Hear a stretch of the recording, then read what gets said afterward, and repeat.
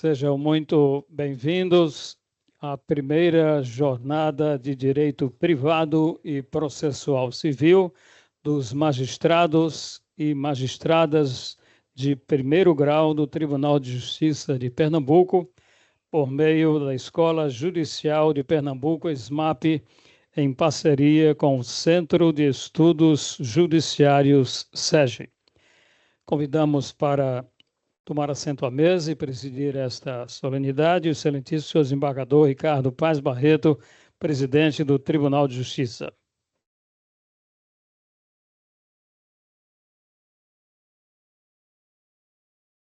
Convidamos o excelentíssimo senhor ministro Ricardo Vilas Boas Cuevas, do Superior Tribunal de Justiça.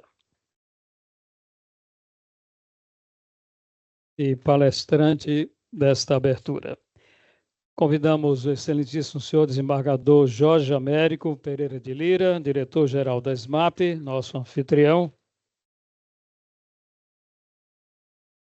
E o excelentíssimo senhor desembargador Evandro Magalhães Melo, diretor do Centro de Estudos Judiciários, realizador desse evento. Integro a mesa o excelentíssimo senhor juiz de direito Luiz Mário Moutinho, diretor do Instituto Luiz Mário Moutinho.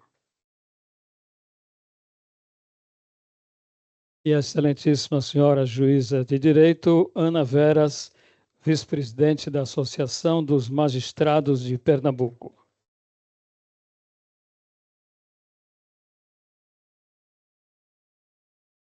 Composta a mesa, podem sentar, por favor. Queremos registrar a presença dos excelentíssimos senhores desembargador Frederico Ricardo de Almeida Neves, desembargador André Oliveira Guimarães, desembargador Fábio Eugênio Oliveira Lima, desembargador Silvio Neves Batista Filho e desembargador Rui Trezena Patu Júnior e também o desembargador Hélio Braz Mendes.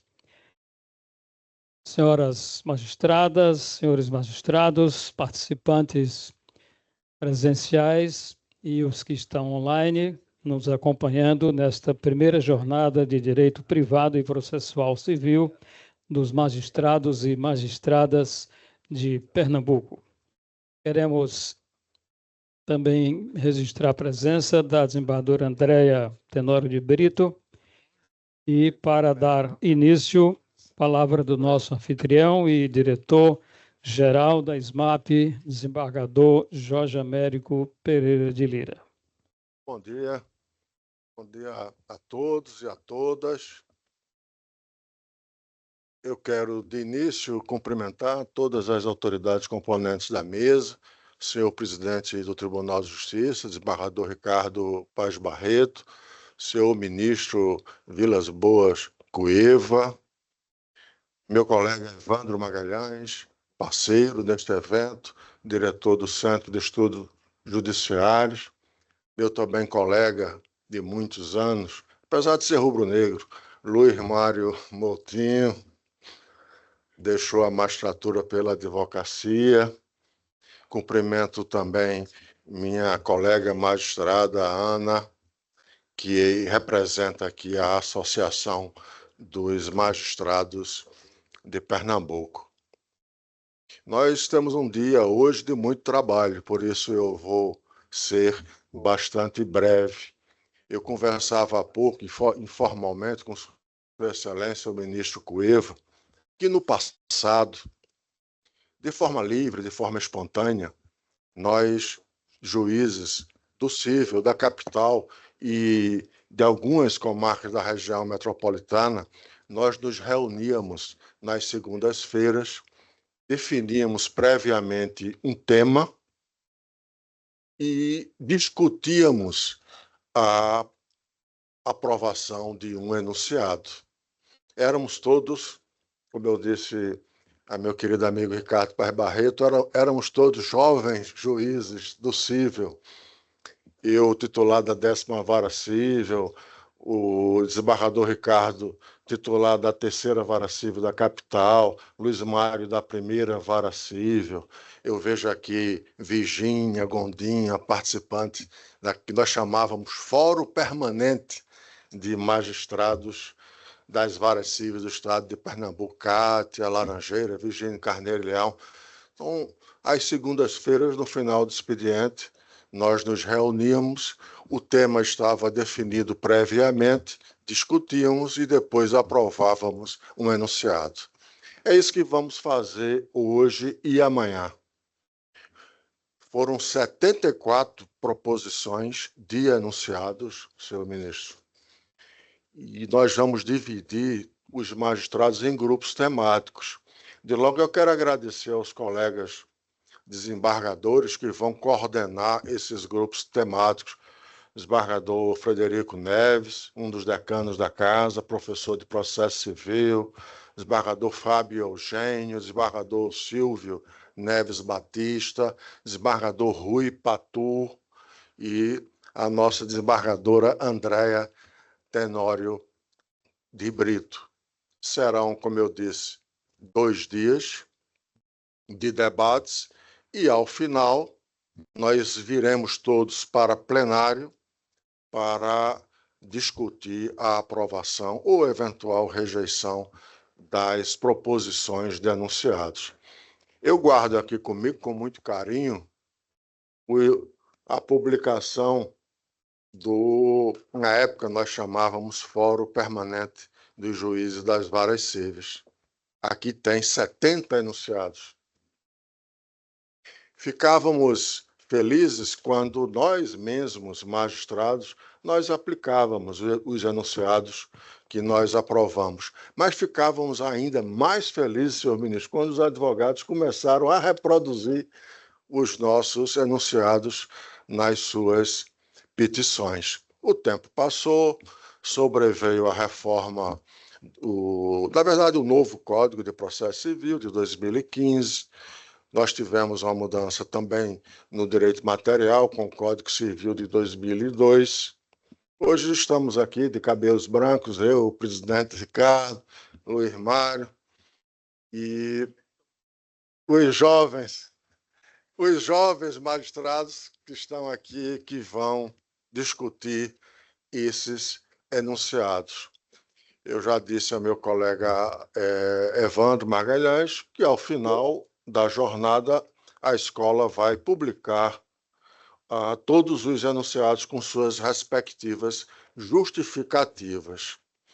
Vamos publicar a versão física, a versão impressa e também a versão digital. Por fim, eu quero agradecer aos 3 juízes coordenadores desta jornada. Pela escola, o juiz Edmilson Cruz, que é o coordenador dos cursos de formação e aperfeiçoamento de magistrado, e pelo Centro de Estudos Judiciários, os colegas juízes Marcos Vinícius, não estou vendo Marcos Vinícius, que, apesar de ser baiano, trabalhou um bocado na coordenação, na organização desta jornada, e é o juiz Zé Alberto. Eu vi aqui, Zé Alberto, na relação dos nomes dos magistrados que participaram desse fórum permanente, eu vi aqui o seu nome, José Alberto Freitas Filho, quer dizer que você era o mais jovem de todos nós, era juiz de Jaboatão dos Guararapes. Então, muito obrigado aos juízes coordenadores, muitíssimo obrigado aos desembargadores que vão coordenar os grupos temáticos. Essa jornada está sendo transmitida para os juízes do interior através do YouTube. Aumentamos um pouco o período de duração da jornada. Inicialmente, a jornada tinha a previsão de se estender durante o dia de hoje e terminar amanhã.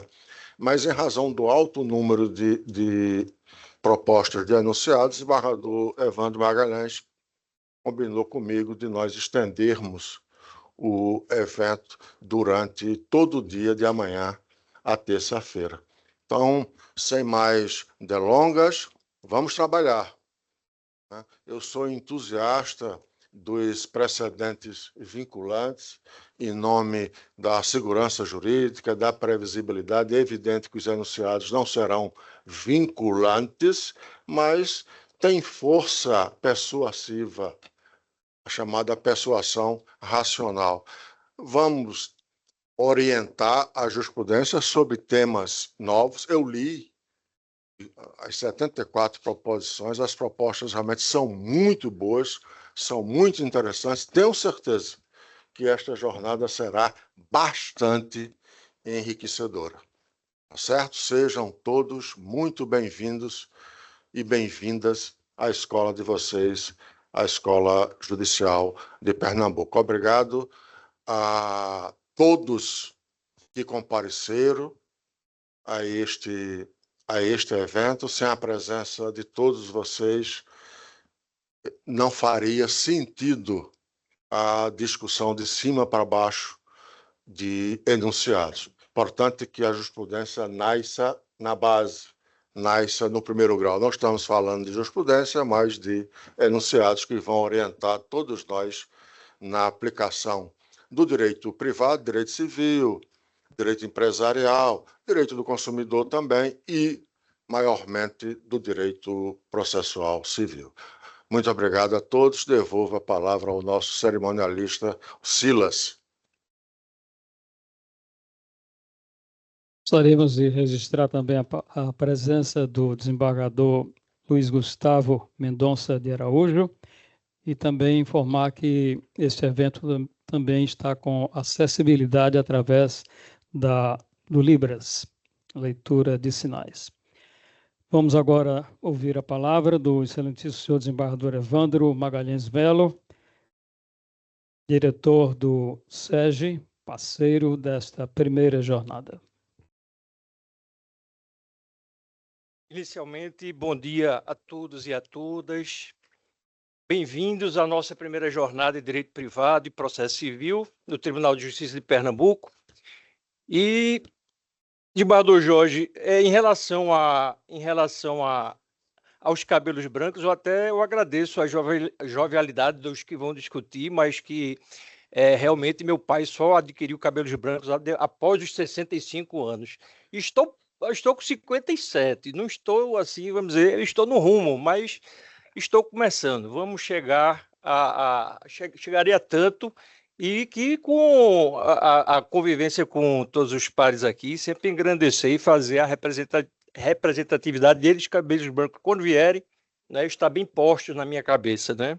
Mas inicio cumprimentando o nosso presidente, que está dirigindo os trabalhos aqui na nossa mesa, desembargador Ricardo Paz Barreto, nosso presidente, agradecendo logo de antemão todo o apoio que Vossa Excelência tem dado, não só a todas as atividades do tribunal, mas particularmente de minha parte, em relação ao SEGE, todo o apoio que Vossa Excelência tem dado, da sua belíssima gestão que está sendo feita, realizada, reconhecida por todos. Muito obrigado. Excelente senhor ministro Vilas Boas Cueva, um grande prazer revê-lo aqui, né? Já tive o prazer de termos Vossa Excelência em outras atividades aqui no ano passado, como nós falamos há pouco tempo. No ano passado tivemos o prazer e é uma honra para nós termos Vossa Excelência aqui nessa jornada. Desembargador Jorge Américo, essa parceria belíssima que Vossa Excelência de pronto abraçou quando nós procuramos para realizá-la. É um agradecimento profundo nosso, porque essa união que é feita entre os órgãos, entre as instituições e do nosso tribunal, essa união de parceria de esforço para fazer acontecer essa jornada, e é fundamental, Vossa Excelência, nessa escola belíssima de estrutura e expertise já por todos nós comprovadas, né, tantos inúmeros eventos que Vossa Excelência tem realizado, e aprimorada a nossa magistratura. Sem dúvida alguma, sem a participação de Vossa Excelência, nessa parceria com o SEGE, não teria essa grandiosidade que nós estamos praticando hoje. Doutora Ana Veras, muito prazer, mande meu abraço para o doutor Leonardo, muito agradecido também pelo apoio que a MEP tem feito nessa nossa jornada, e a Luiz Mário, um amigo querido, que nos deixou aqui da magistratura, mas que o seu Instituto Luiz Mário, que tem dado tantos eventos e a aprimoração que Vossa Excelência tem feito ao longo desses anos, né, que com certeza agora, pós-magistratura, né, só grandes coisas aí por acontecer, e o apoio de Vossa Excelência também é fundamental para esse nosso evento da jornada.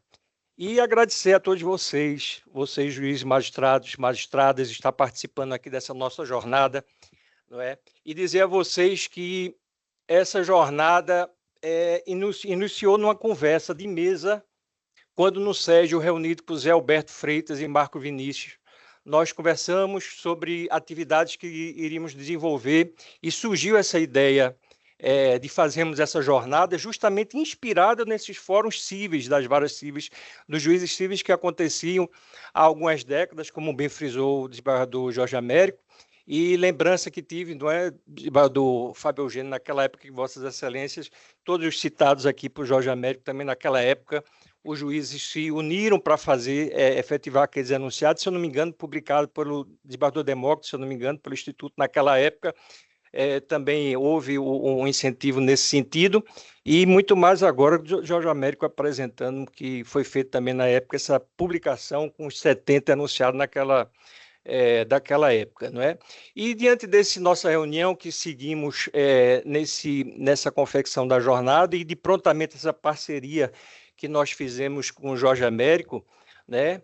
Tem alguns diferenciais assim muito importantes que eu gostaria de pontuar rapidamente para nós economizarmos o nosso tempo, mas algo bem interessante está acontecendo agora nesse momento. Em primeiro lugar, porque de alguns juízes abnegados naquela época de fazer aqueles encontros dos fóruns de saúde, né, de algumas dezenas que bastante interessados em se envolver, nós, dessa vez, estamos conseguindo reunir cerca de 200 magistrados e magistradas, no que isso, vamos dizer, a meu ver, né, demonstra o comprometimento e a qualificação do que vai ser decidido nessas mesas temáticas que nós iremos fazer a partir de hoje nessa jornada. Em segundo lugar, também pelo quantitativo. Quando nós estávamos conversando, Zé Alberto e Marco Vinícius, me lembro que a gente estava uma expectativa de cerca de uns 30 propostas de enunciados, era essa a nossa expectativa.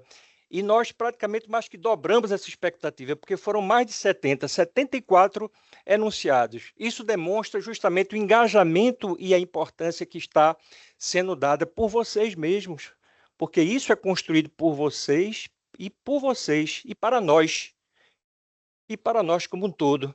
E o diferencial terceiro que eu pontuo aqui é justamente esse envolvimento direto com o tribunal, presidente, porque estamos em união da segunda instância com a primeira para fazer dessa jornada ela grandiosa, ela mais participativa, mais qualitativa e que, com certeza, com o empenho de todos vocês e esse intercâmbio, essa união entre nós, eu queria até aqui citar os nossos desembargadores que, com muita honra e desvelo, se dispuseram a participar das mesas temáticas e nos ajudar na coordenação, né? O desembargador Jorge já fez a referência aos juízes, e aqui eu queria fazer os meus agradecimentos à desembargadora Andréa Tenório de Brito, que integra os desembargadores coordenadores, desembargador Frederico Neves, desembargador Fábio, desembargador Silvio, desembargador Rui Patu. Então, dentro dessa ótica, eu vejo que essa união é mais do que saudável. Nós estamos assim congregando para que, ao final, nós tenhamos, não é, um apoio de todas as duas instâncias do tribunal na confecção desses enunciados do primeiro grau, que, com certeza, são os primeiros a encontrar a grande maioria das demandas do judiciário. E essa importância, né, desse locus que estamos aqui para que vocês, no momento de reflexão, no momento de discussão, né, altivo em relação a todos os pontos que foram levantados por você nas propostas, certamente, né, vai encontrar as melhores diretrizes para que, refletindo no judiciário, sirvam de orientação para a magistratura, especialmente no primeiro grau dos enunciados que estão sendo elaborados dessa forma, e como já foi tanto utilizado e destacado aqui, quanto foi tanto os magistrados nas suas decisões, como também nas próprias petições, quando advogados citavam os enunciados que eram feitos naquele fórum.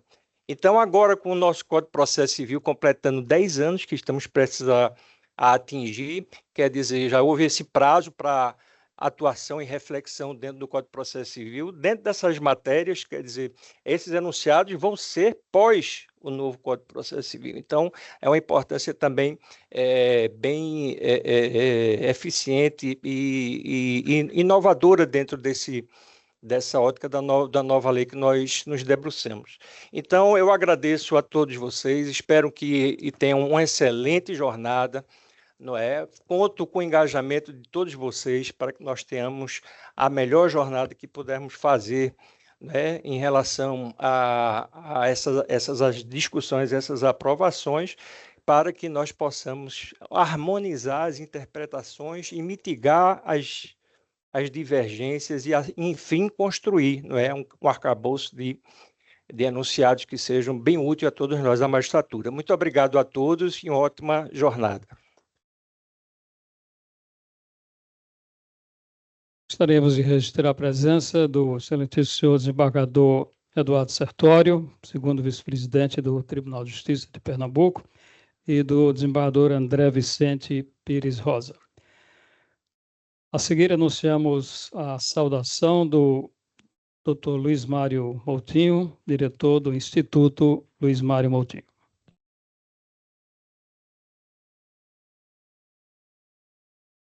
Bom dia a todos, bom dia a todas. Senhor presidente, em nome de quem homenageei todas as autoridades aqui na composição dessa mesa, fui pego de surpresa para falar, não achei nem que viria aqui ter essa honrosa participação na mesa de formação desse evento. Conheço praticamente todos que aqui estão, passei 30 anos nesta casa e sempre que for convocado, sempre que houver a possibilidade de colaborar, estarei disposto a fazê-lo dentro das minhas limitações, mas com muito amor, com muito carinho, com muita gratidão por tudo o que a magistratura brasileira e em especial do meu estado de Pernambuco me deu. Entrei nessa casa com 28 anos de idade e a deixei com 59. Os cabelos tão brancos, não tive o privilégio genético do desembargador Evandro, né? E tudo indica que terei mais problemas, que até os brancos parece que estão me abandonando. Mas mas é um motivo de muita alegria, de muita honra. Eu completo um ano de aposentação, agora no mês de abril, e essa oportunidade de voltar aqui, quando o desembargador Jorge Américo relembrou os encontros da jornada, é como se passasse um flash na minha cabeça, né? um filme fosse despertado de tantas e tantas situações aqui vividas, né? E eu só posso mesmo agradecer ao presidente do tribunal, agradecer ao desembargador Evandro, ao desembargador Jorge Américo e a toda a magistratura pernambucana pelo carinho com que sempre foi recebido. Espero poder ajudar, poder colaborar e poder devolver, ainda que em parte, o muito que a magistratura me deu. Muito obrigado a todos vocês, que tenhamos uma boa jornada, um bom trabalho para todos, e estarei aqui matando a saudade desta casa.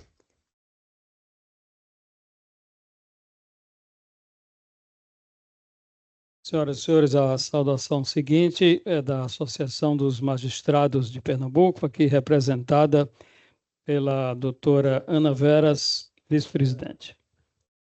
Bom dia a todas e todos, doutor Ricardo Paz Barreto, né, nosso presidente, em nome de quem eu cumprimento, a todos que compõem a mesa. Peço licença para cumprimentar a plateia, em nome da doutora André Paminondas, nossa desembargadora, a Associação dos Magistrados, né, fica muito feliz, né, e parabeniza a realização desse evento pelo Tribunal de Justiça, pela Escola Judicial, pelo Centro de Estudos Judiciários, porque a par da necessidade, claro, da formação continuada, né, de oferta de cursos teóricos, mas a realização de eventos, né, privados, e eventos com um específico, né, com segmento específico de magistrados, é muito importante para a discussão e para a reflexão daqueles que estão dizendo direito no dia a dia dentro do Tribunal de Justiça de Pernambuco. A gente agradece a parceria, né, nos colocamos à disposição para, durante esse ano, doutor Jorge Américo, continuar com a Escola Judicial, realizando esses eventos, apoiando.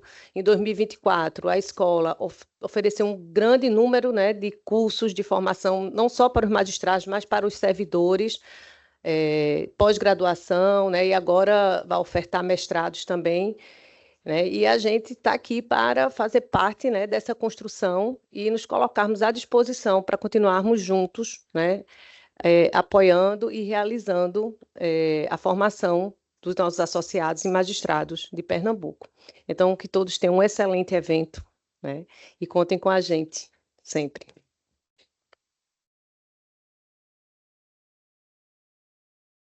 Gostaríamos de registrar, agradecer a presença do Procurador-Geral do município do Recife, doutor Pedro Pontes. Agradecemos muito a sua presença aqui representando a Prefeitura da cidade do Recife. Nesse momento, senhoras e senhores, anunciamos a palavra do excelentíssimo senhor presidente do Tribunal de Justiça de Pernambuco, o desembargador Ricardo Paes Barreto.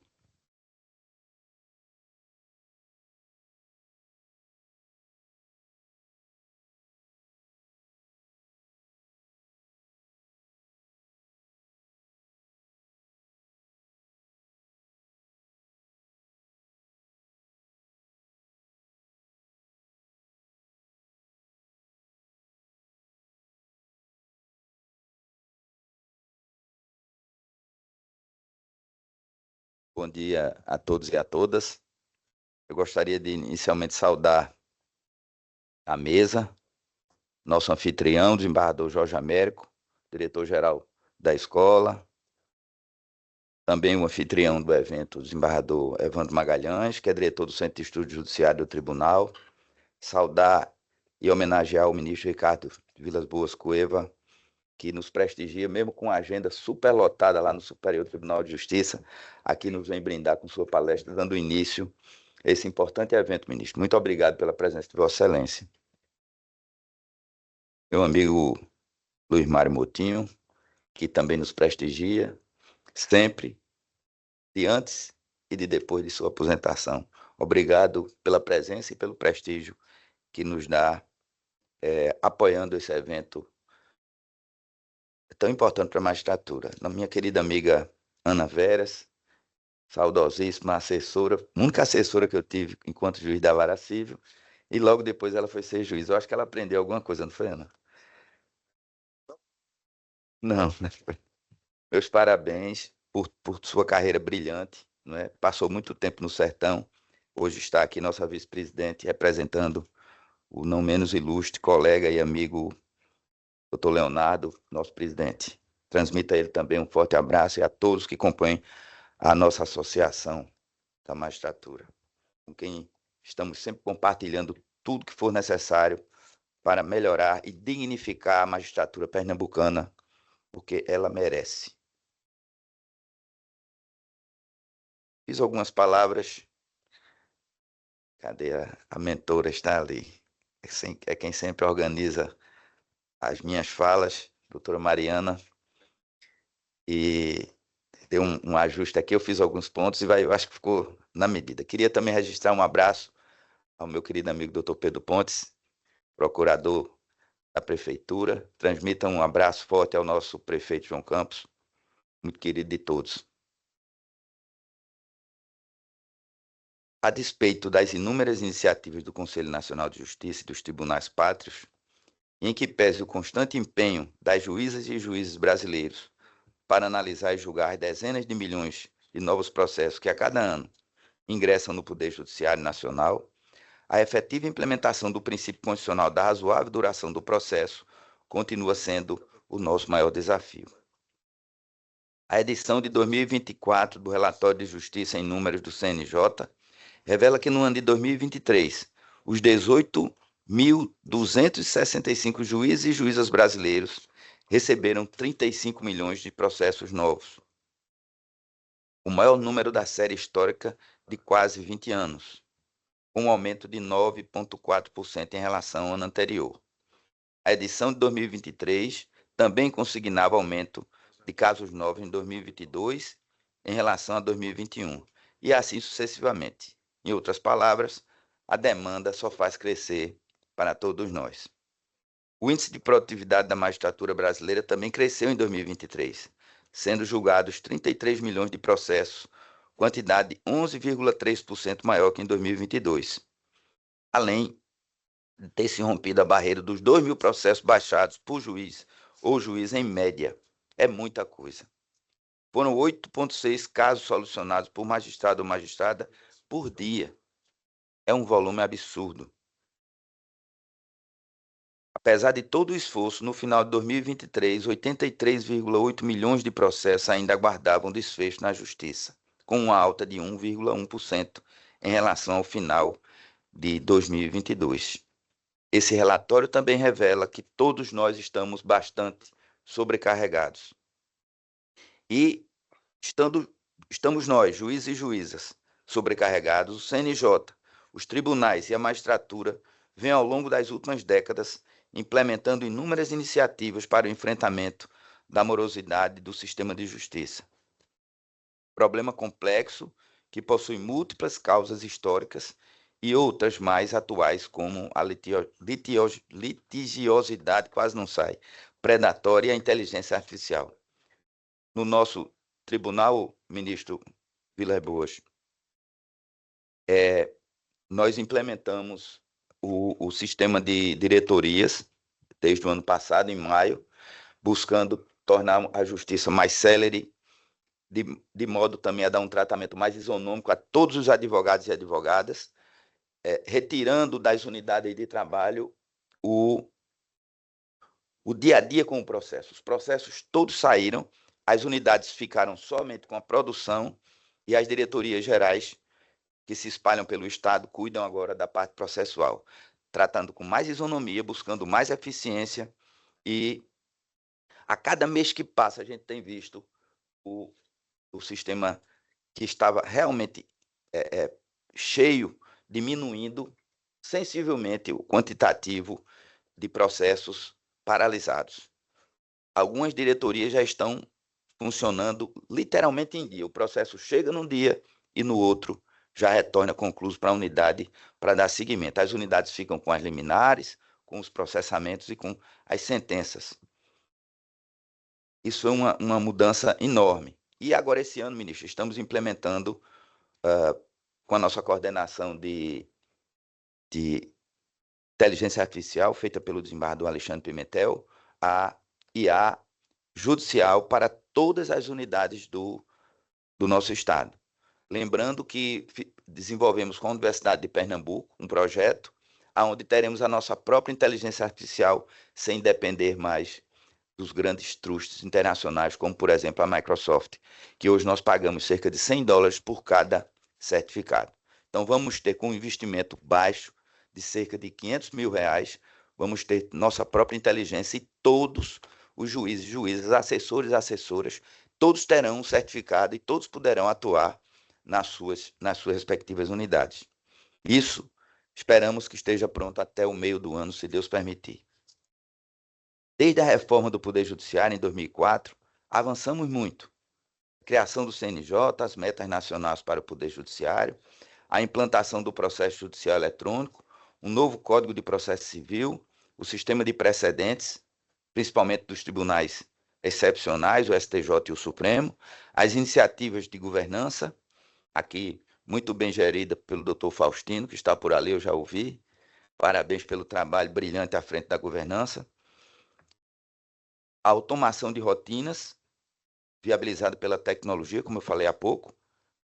Também a implantação de soluções de inteligência artificial, sempre com o cuidado de prestar que a inteligência artificial fique com a parte técnica, pois a decisão continuará sendo sempre do magistrado ou da magistrada através dos prompts que serão criados especificamente para todas as hipóteses de julgamento que ficarão à disposição dos juízes e juízas de Pernambuco. Tudo que queremos é enfrentar esse problema da sobrecarga de forma eficiente, com o mínimo de custo e racionalizando os nossos orçamentos. Aqui em Pernambuco não é diferente. Demanda crescente, sobrecarga, tribunal e magistratura muito comprometidos. Eu queria agradecer também pessoalmente a todos os magistrados e magistradas. A gente tem se esforçado muito, todos têm acompanhado, para que a gente tenha dignidade na nossa remuneração, que era vilipendiada a cada ano que se passava, e a gente tem procurado fazer o possível, e faremos ainda mais, para que todos tenham dignidade.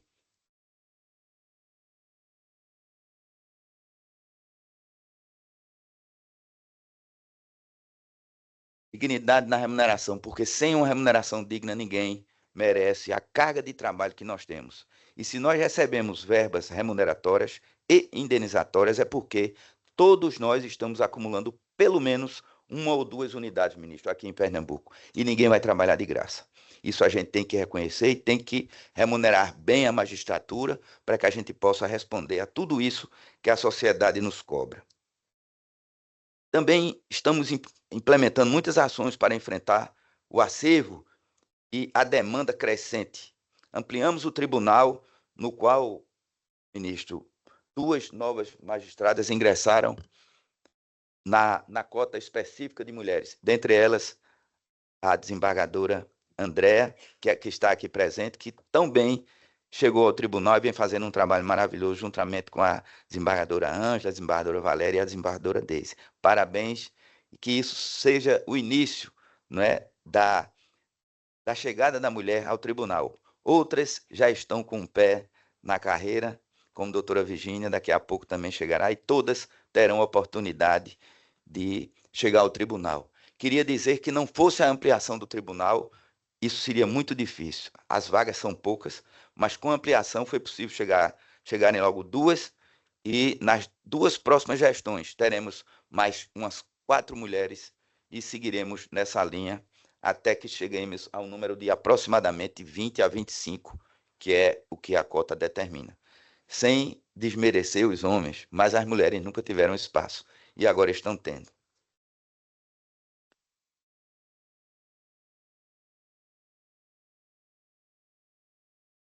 Também nos preocupamos com os conflitos fundiários, ministro.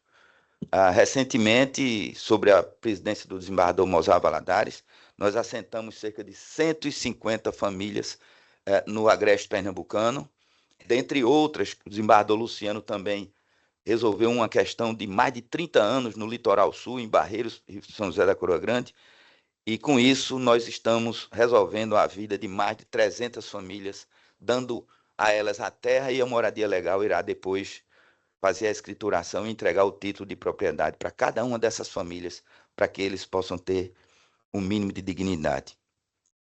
Nós estamos enfrentando também com ações, muitas ações, a violência contra a mulher.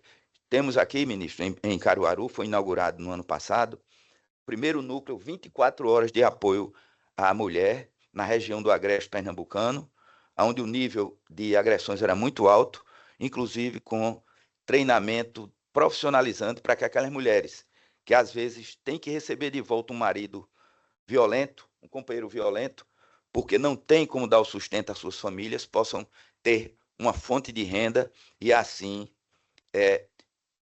poder viver em paz, afastada desses homens covardes que violentam nossas mulheres de toda forma. Também a infância e juventude, nós temos implementado diversas ações no sentido de melhorar a causa da infância e da juventude, também levada à frente pelo desembargador, nosso querido amigo que está aqui presente, desembargador Hélio Braz, e os desembargadores Luiz Carlos Figueiredo e Humberto Vasconcelos. Só temos que agradecer, desembargador Hélio.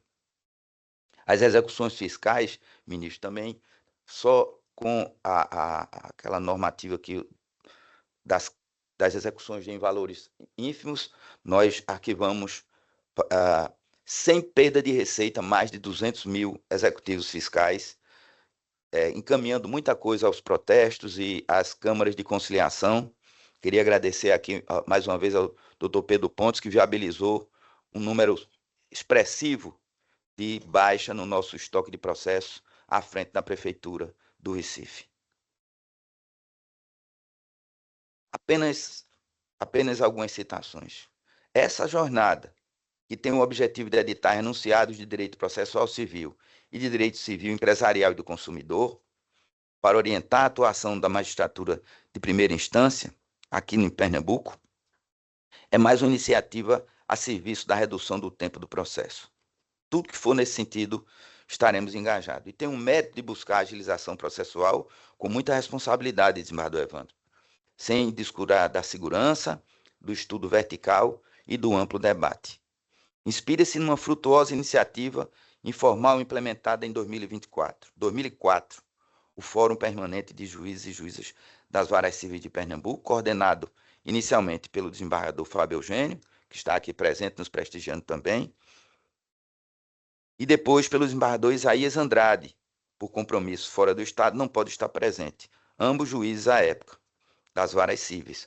O fórum, que teve o patrocínio do Instituto de Magistrados do Estado, presidido pelo também à época juiz e hoje desembargador Demócrito Ramos Reinaldo Filho, editou inúmeros enunciados que foram largamente utilizados tanto pela magistratura quanto pela advocacia, como citou o desembargador Jorge Américo, numa quadra em que o Tribunal de Justiça de Pernambuco ainda não possuía súmulas.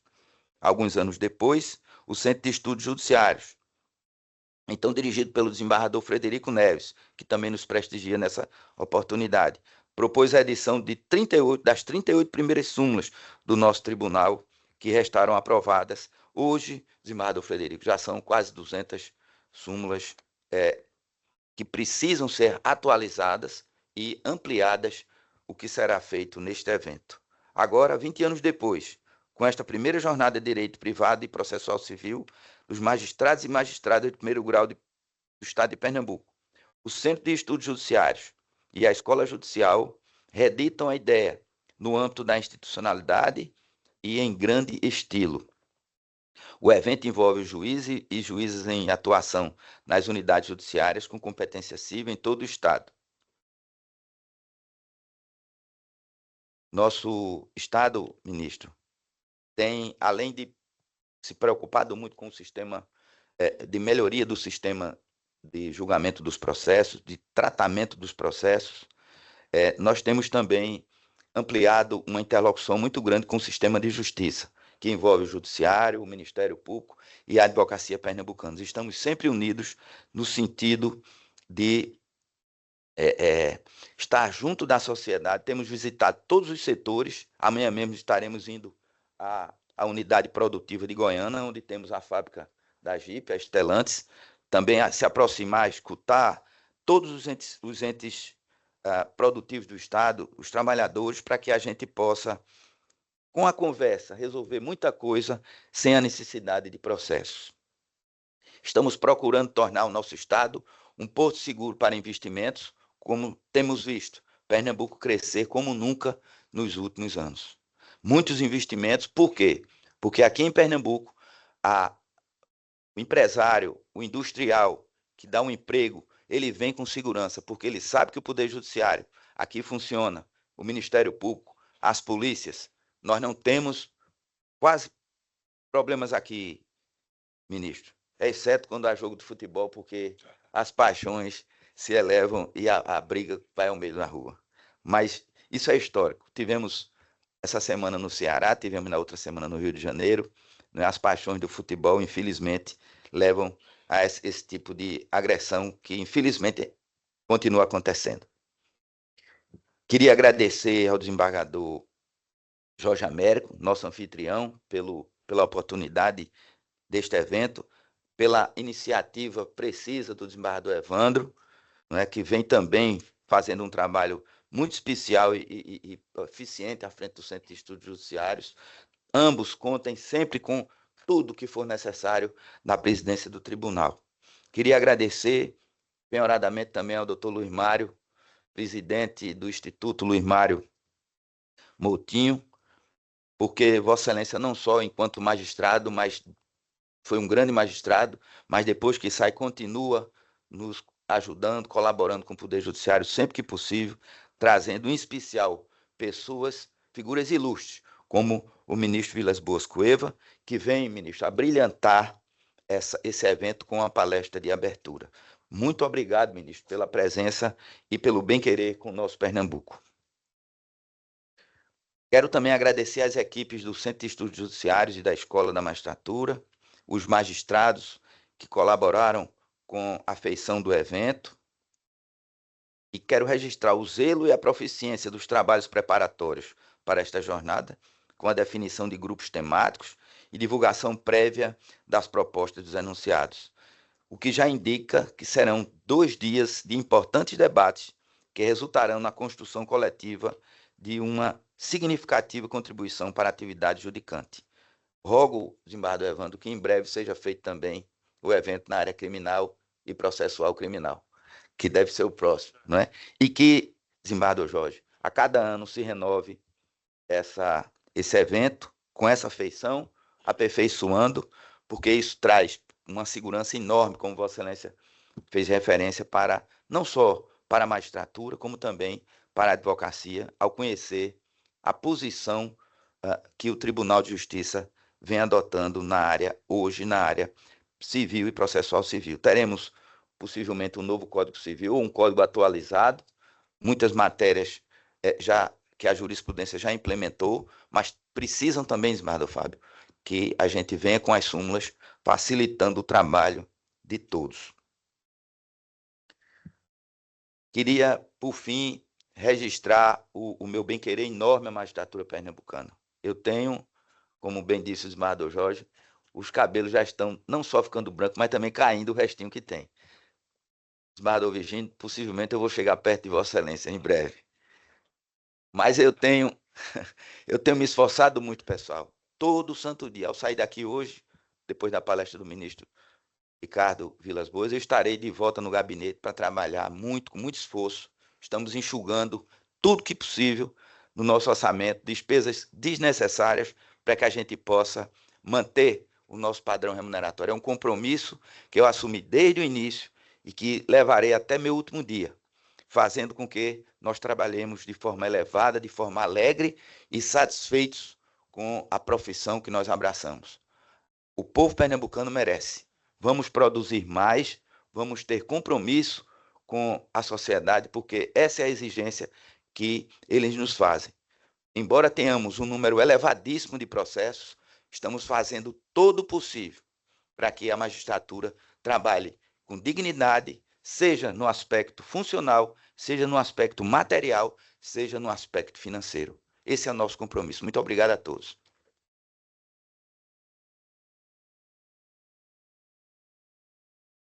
Senhoras e senhores, após as palavras de abertura do excelentíssimo presidente do Tribunal de Justiça, anunciamos a conferência de abertura com Sua Excelência o ministro Ricardo Vilas Boas Cueva, do Superior Tribunal de Justiça. Bom dia a todos, é uma alegria voltar a Recife, particularmente essa belíssima escola da magistratura, talvez a mais bonita do Brasil.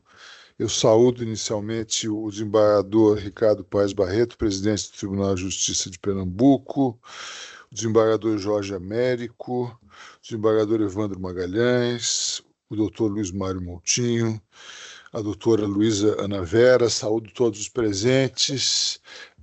Eu fico muito feliz de poder participar dessa primeira jornada de direito privado e processual civil dos magistrados e magistradas de primeiro grau do TJ de Pernambuco, que eu descobri agora é uma continuação do Fórum Permanente que já existia antes aqui, liderado pelos desembargadores Ricardo e Evandro, né?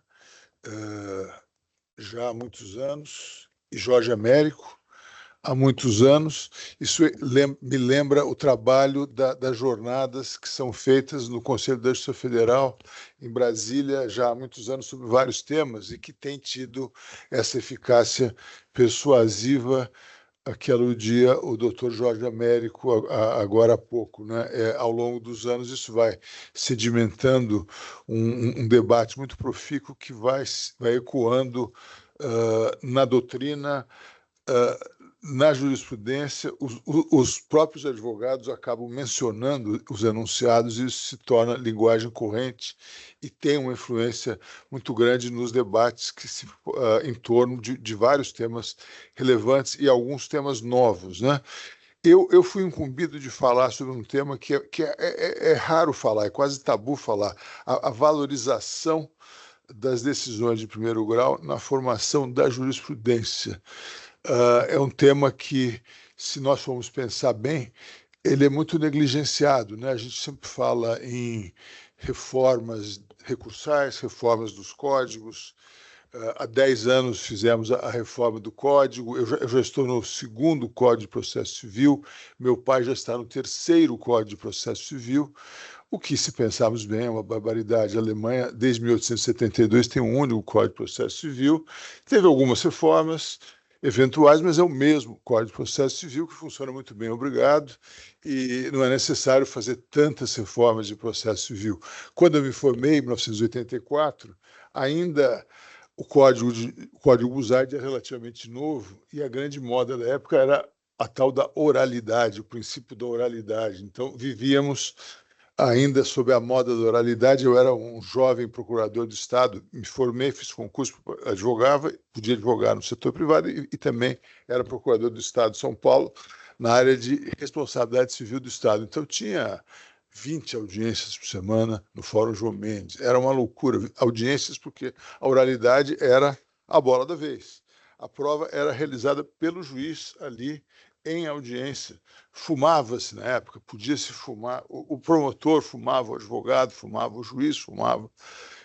Todo mundo fumava. E a prova era feita ali, com máquina de escrever. Havia um estenógrafo que registrava tudo. E aquilo ia para os autos. Os desembargadores reviam aquilo, né, baseado no nosso princípio do duplo grau e da ampla devolutividade, e muitas vezes reviam aquela prova amplamente. Isso nunca se questionou que era possível rever amplamente toda aquela prova laboriosamente produzida ali com base no princípio da oralidade. Passaram-se os anos, a oralidade foi deixada de lado. Hoje em dia ninguém mais fala muito nisso, porque, afinal de contas, o processo é eletrônico, o judiciário mudou. Depois da Constituição de 88, sobretudo, houve uma avalanche de processos, o número de processos, que na época era quase artesanal, se multiplicou por um fator de, sei lá, dezenas, centenas de vezes, e seria quase impossível nós termos ainda o número de audiências que tínhamos naquela época. De todo modo, esqueceu-se um pouco também a função primordial do juiz natural, do juiz de primeiro grau, como aquele que efetivamente fixa os fatos, define quais são os fatos da causa e tem uma conexão direta com a busca da verdade factual e também com a conexão direta com a causa, né?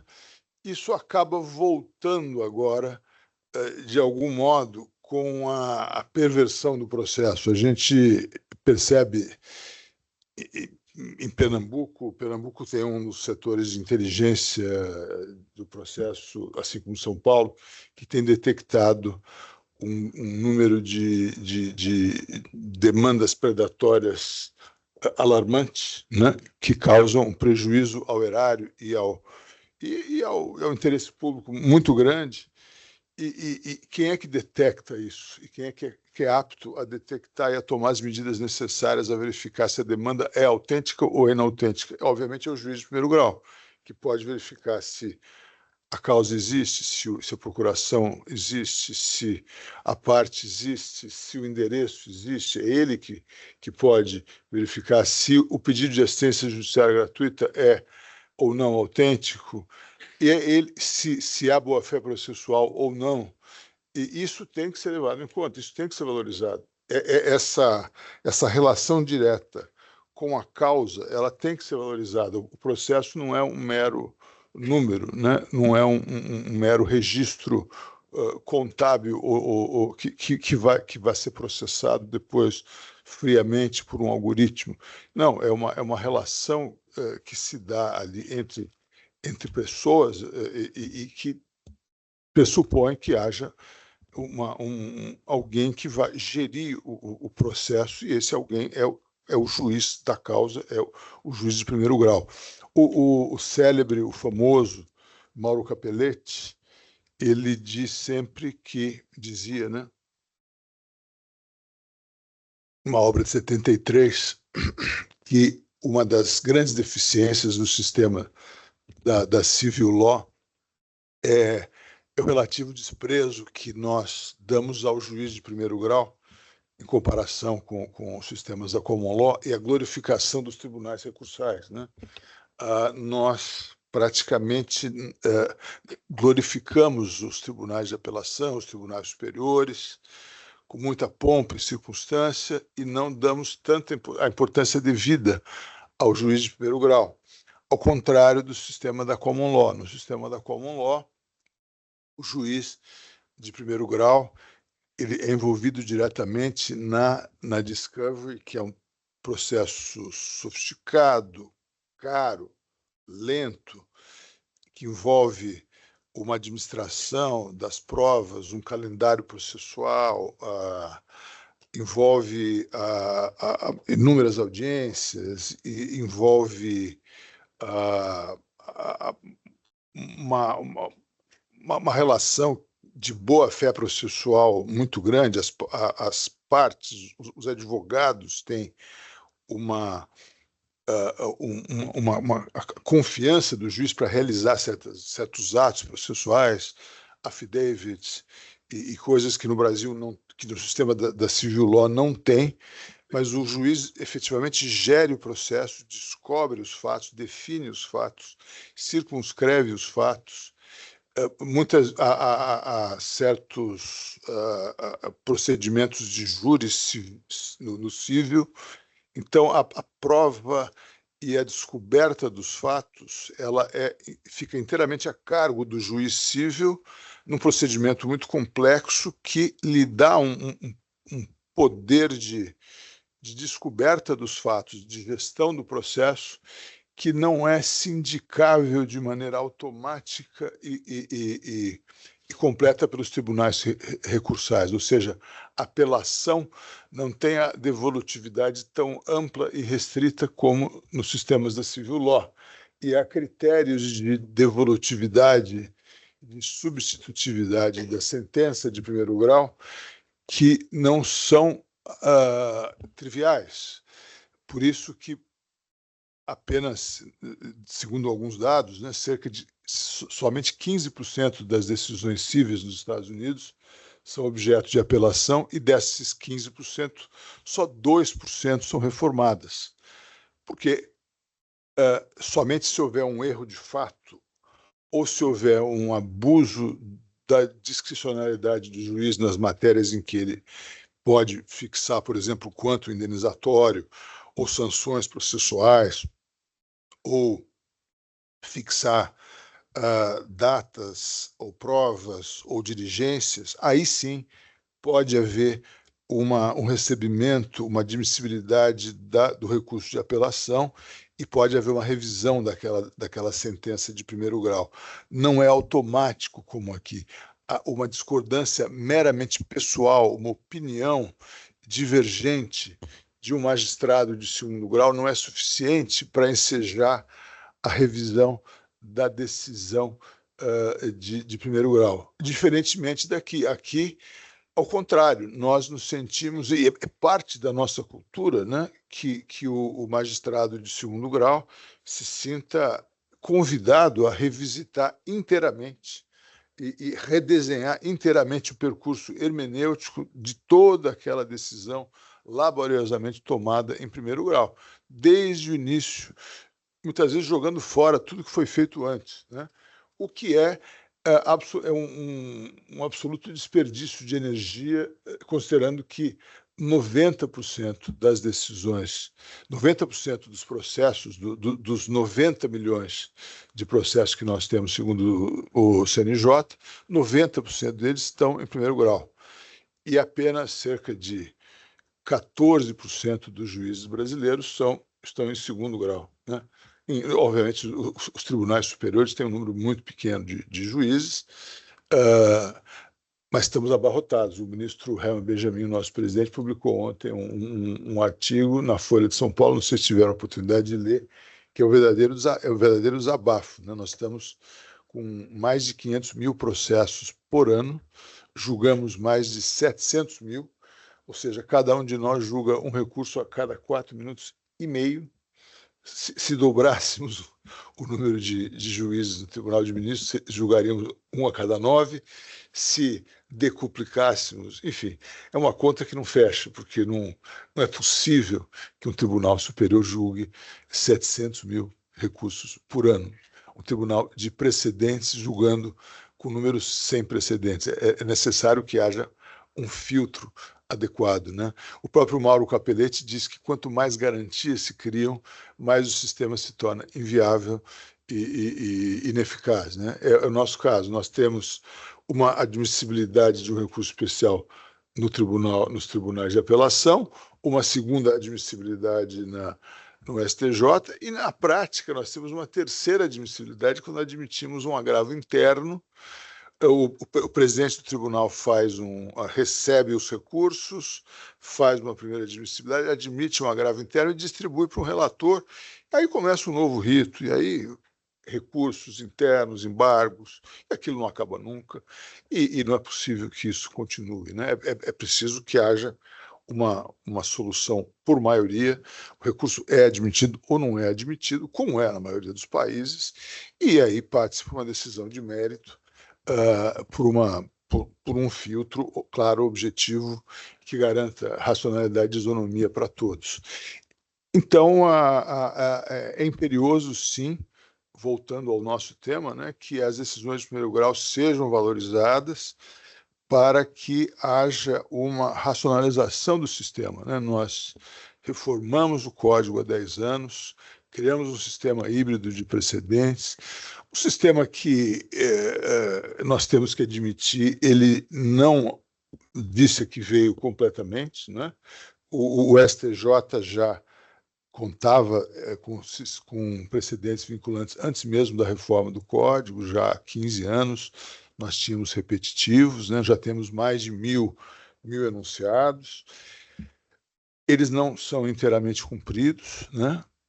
Um dos grandes problemas dos repetitivos e dos precedentes vinculantes é que eles são veiculados em teses, né? Em teses canônicas, quase como redações de textos legais. Eles também são passíveis de interpretação e geram muita confusão, às vezes, e, diferentemente do holding ou da ratio decidendi da common law, que merecem uma ampla interpretação e uma aplicabilidade a uma enorme gama de casos, eles são interpretados estritamente. Então, muitas vezes é necessário fazer mais de um precedente vinculante para situações que são em tudo semelhantes. Nós interpretamos os repetitivos com teses muito estritas, então é preciso editar inúmeros precedentes vinculantes para chegar a um efeito, muitas vezes muito pequeno, e que acaba tendo um resultado limitado. O Supremo agora voltou a se valer de súmulas vinculantes, no caso dos enunciados 61 e 62, né, na área de saúde pública, para tentar, por meio da reclamação, né, garantir um pouco de efetividade a essa jurisprudência vinculante, que é a ferramenta para tentar garantir a vinculatividade. Ou seja, temos uma jurisprudência vinculante que deixou de ser jurisprudência meramente persuasiva, tem uma eficácia teoricamente vinculante, mas precisamos de uma ferramenta como a reclamação para garantir a vinculatividade. É um sistema meio bizantino, meio complexo demais. Eu me lembro sempre de um conto piada do Jorge Luiz Borges, que diz que havia um país em que em que a arte da cartografia era tão desenvolvida que os mapas foram se tornando cada vez mais complexos e melhores a ponto de serem do tamanho exato do país. A gente tem a norma, tem a súmula, tem o repetitivo, tem, né, a súmula vinculante. Chega uma hora que você tem um mapa exatamente do tamanho do país. E para que serve um mapa do tamanho do país? Não serve para nada. A gente fica num caminho que não tem. O sistema acaba não funcionando. O tema de hoje, o tema que me foi proposto hoje, eu acho que ele talvez nos sugira uma saída para esse dilema. Por que o sistema de precedentes não funcionou a contento nesses 10 anos? Porque nós não tropicalizamos o sistema de precedentes, que é um sistema que vem da Common Law, que é muito diferente. No sistema da Common Law, o juiz de primeiro grau tem um poder grande, né? Poder até caricato.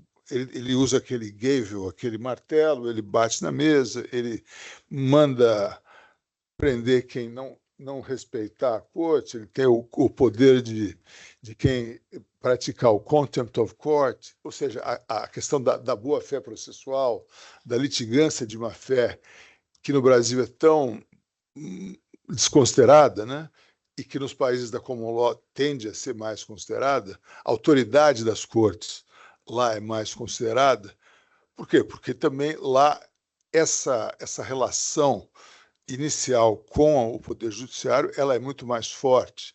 A descoberta dos fatos acontece ali em primeiro grau, a conclusão quanto aos fatos ela acaba sendo reverenciada em segundo grau, assim como as decisões discricionárias do juiz de primeiro grau acabam sendo, de modo geral, reverenciadas também em segundo grau nos tribunais de apelação.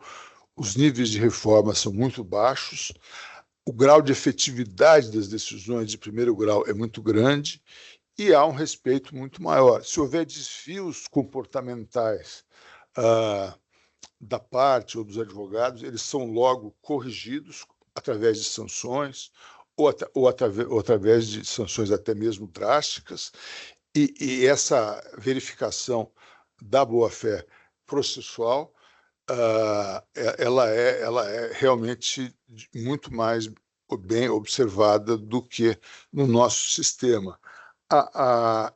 Nós, então, teríamos que mudar a nossa cultura no sentido de valorizar mais as decisões de primeiro grau. Será que seria preciso mudar a legislação processual para isso? Essa é uma pergunta que se faz. Alguns autores entendem que seria necessário fazer uma nova reforma processual, criando alguns estándares, alguns critérios para o conhecimento dos recursos de apelação, que são de devolutividade amplíssima. Alguns outros autores entendem que seria necessário apenas trazer para o debate alguns argumentos a favor de uma interpretação mais restritiva do efeito evolutivo, no sentido de que os juízes de segundo grau, os desembargadores, fossem mais compreensivos quanto à sua função revisional. A função revisional dos tribunais deveria ser compreendida como uma função apenas de revisão de erros de fato ou de abusos de discricionariedade, abusos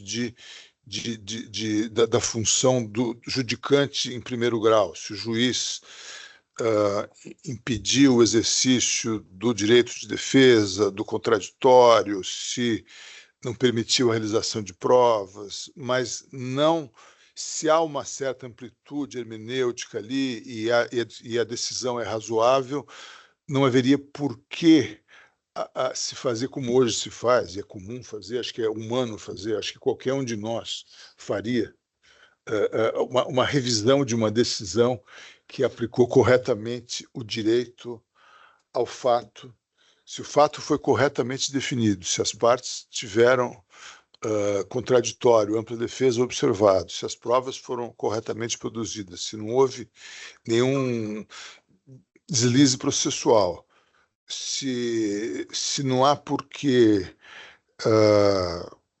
exercer nenhuma salvaguarda procedimental, por que haveria o tribunal de reformar aquela decisão, se ela é uma decisão razoável, se ela está dentro de um quadro hermenêutico razoável? Não há por que substituir aquela decisão por uma outra que atenda melhor a uma preferência hermenêutica de um determinado relator ou juiz. Nós teríamos que racionalizar o nosso sistema. Eu duvido que essa persuasão funcione em algum momento sem mudança legislativa. Talvez a gente tenha que se encaminhar para um outro código, uma outra reforma. Seria o meu terceiro código, o quarto código do meu pai. Mas talvez a gente, para realmente ter um sistema de precedentes no Brasil, tenha que ter uma reforma também, não apenas da cultura de precedente, mas da enforceability, vamos dizer assim, da capacidade de fazer com que as decisões de primeiro grau tenham uma eficácia mais imediata, mais plena e sejam mais dificilmente reformáveis, ou seja, tenham uma sindicabilidade menos ampla do que elas têm hoje. Hoje, as partes elas automaticamente recorrem porque é uma aposta, né? Eu posso ganhar o PD, mas a minha chance, eu quero. Ela não recorre porque a decisão está errada, mas porque ela tem uma chance de reformar aquela decisão, seja como for, é quase como se fosse uma aposta. Uma outra vertente interessante com a qual eu me deparei numa viagem recente à Itália, os italianos falam disso com entusiasmo. No nosso sistema, eu não sei se funcionaria, é um instituto recentemente criado na Itália que chama rinvio pregiudiziale in Cassazione. É uma consulta preliminar que o juiz de primeiro grau ele pode fazer à Corte de Cassação. A Corte de Cassação é o equivalente do STJ deles na Itália. O juiz de primeiro grau, depois de fixado o fato da causa, em certas condições, se aquela causa tiver uma repercussão geral, entre aspas, se ela for uma causa possivelmente reprodutível em outras causas e tiver uma relevância, ele pode fazer uma consulta diretamente à Corte de Cassação e aí lá haverá uma admissibilidade e o presidente da Corte verificará se estão presentes alguns pressupostos e aí então ele suspende aquela causa em primeiro grau e responde à questão de direito. E aquela questão de direito, então, ela vale apenas para aquela causa.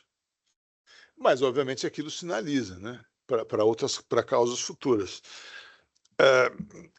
Quando eu ouvi isso a primeira vez, obviamente, eu tive uma risada involuntária. Eu falei, bom, isso é um sistema que não funciona como italiano, no nosso caso, seria impensavelmente lento, iria atravancar ainda mais o sistema como o nosso, que não funciona. Mas, talvez tivesse algumas vantagens. Se nós pensarmos, por exemplo, algumas varas empresariais, São Paulo, Rio, talvez, não sei aqui se já há a tendência à especialização ou não, que são muito produtivas e funcionam bem, e são muito monitoradas por todos, quanto à qualidade das decisões, e elas, muitas vezes, na vanguarda da nova legislação e das novas tendências, elas se deparam com questões que vão ser julgadas pelas Cortes Superiores, pelo STJ, 10 anos depois, né? Eu lembro que a famosa trava bancária da Lei de Recuperação Judicial só foi julgada pelo STJ 10 anos depois da edição da lei. Se nós tivéssemos um mecanismo como esse no Brasil, talvez o juiz de primeiro grau pudesse já, desde logo assim que essa questão aparecesse lá numa vara empresarial em São Paulo, ou no Rio, ou aqui em Pernambuco, levar essa questão para o STJ e rapidamente ter uma resposta e aquilo, então, sinalizar e garantir que houvesse uma decisão mais uniforme. Porque, ao longo desses 10 anos, houve um enorme dissenso, né, jurisprudencial no país todo, alguns tribunais entendendo de um modo ou de outro, em sentido diametralmente oposto, uma insegurança jurídica bastante grande, né, havendo decisões ali para um lado e para o outro. Então, eu acho que há mecanismos diferentes, propostas diferentes, mas para que nós possamos completar a reforma processual de 2015, de valorizar os precedentes e de fazer com que o nosso sistema se inspire na common law, nós precisaríamos, de fato, dar maior deferência às decisões de primeiro grau, limitar, de algum modo, a função revisora dos tribunais, né? Os tribunais deveriam ter um pouco mais de autocontenção e procurar entender e evitar prolatar automaticamente uma nova sentença, limitando-se a fazer uma revisão só do que for essencial para garantir o processo. E a lógica do julgamento ela deveria ser mudada. É muito fácil falar e difícil fazer, né? Como mudar essa cultura? Talvez isso precisaria de uma calibragem do sistema, uma mudança de incentivos para os julgadores em todo o sistema, né? Uma mudança na legislação também de custas. As custas são desequilibradas no Brasil todo, há um incentivo à litigiosidade muito grande, a assistência judiciária gratuita também ela é muito grande. Nós precisaríamos mudar também a própria maneira como os tribunais superiores fazem a revisão de matérias dos tribunais de apelação. O STJ tem que fazer uma meia-culpa, muitas vezes os juízes de primeiro grau e os tribunais de apelação são criteriosos, por exemplo, em critérios de indenização, ou de fixação de dano moral, ou de fixação de honorários, ou de fixação de balizas para assistência judiciária gratuita, e o STJ revê isso de maneira voluntariosa, eu diria, o que gera um certo caos, uma insegurança jurídica. É necessário um pouco de equilíbrio nisso para evitar que a gente fique sempre reinventando a roda.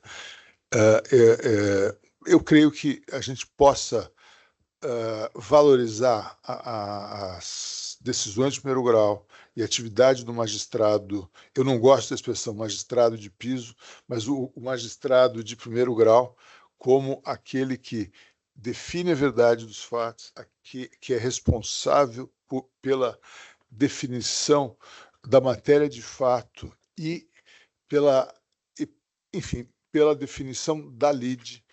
E ele tem que ser muito respeitado, e nós temos que, para implantar uma cultura de precedentes verdadeiramente forte no Brasil, nós temos que dirigir o nosso foco para a valorização das decisões de primeiro grau e do magistrado de primeiro grau. Muito obrigado pela atenção.